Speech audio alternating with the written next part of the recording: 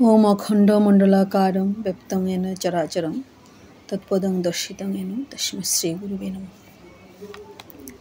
आज पाठ করছি দক্ষিণেশ্বরের শ্রী শ্রী ঠাকুর রামকৃষ্ণের দ্বিতীয় দর্শন, গুরু শিষ্য সংবাদ। দ্বিতীয় দর্শন সকালবেলা ৮ ঘটিকায়। ঠাকুর তখন কামাতে যাচ্ছেন। এখনও একটু শীত আছে, তাই তাহার গায়ে মোলেস্কিনের রেপারের কিনারা শালু দিয়ে মোড়া। মাস্টারকে দেখিয়া বলিলেন, তুমি এসেছ? আচ্ছা, এখানে বসো। একথা দক্ষিণ পূর্ব বারান্দায় হইতাছিল। নাপিত উপস্থিত, সে বারান্দায় ঠাকুর কামাইতে বসিলেন ও মাঝে মাঝে মাস্টারের সহিত কথা কহিতে লাগিলেন। গায়ে অরূপ রেপার, পায়ে চটি জুতা, সহাস্য বদন। কথা কহিবার সময় কেবল একটু তোতলা। শ্রী রামকৃষ্ণ মাস্টারকে বলিলেন, হে গা, তোমার বাড়ি কোথায়? মাস্টার, আজ্ঞা, কলিকাতায়। শ্রী রামকৃষ্ণ বললেন, এখানে কোথায় এসেছ? মাস্টার, এখানে বরাহনগরে বড় দিদির বাড়ি আসিয়াছি, ঈশান কবিরাজের বাটি। শ্রী রামকৃষ্ণ, ও, ঈশানের বাড়ি। এবার শ্রী কেশবচন্দ্র সেন ও মার কাছে ঠাকুরের ক্রন্দন। শ্রী রামকৃষ্ণ, হ্যাঁ গা, কেশব কেমন আছে? বড় অসুখ হয়েছিল।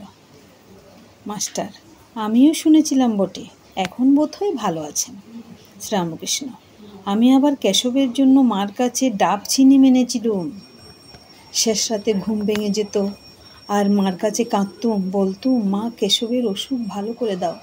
কেশব না থাকলে আমি কলকাতায় গেলে কার সঙ্গে কথা কব? তাই ডাব চিনি মেনেছিলুম।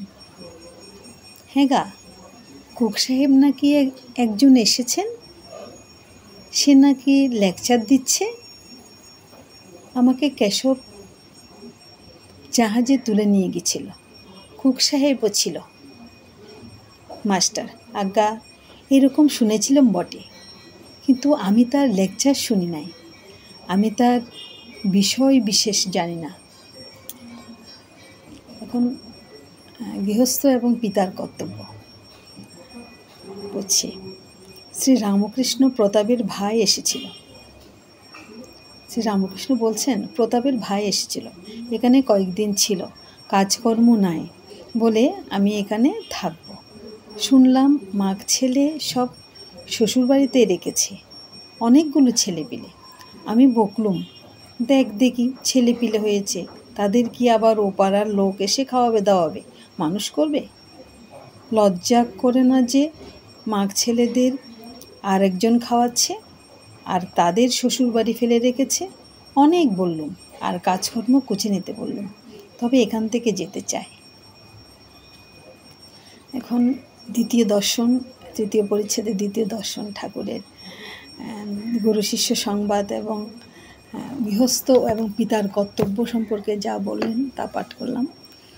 ওম শ্রী শ্রী রামকৃষ্ণ প্রণমস্তু। ধন্যবাদ সবাইকে।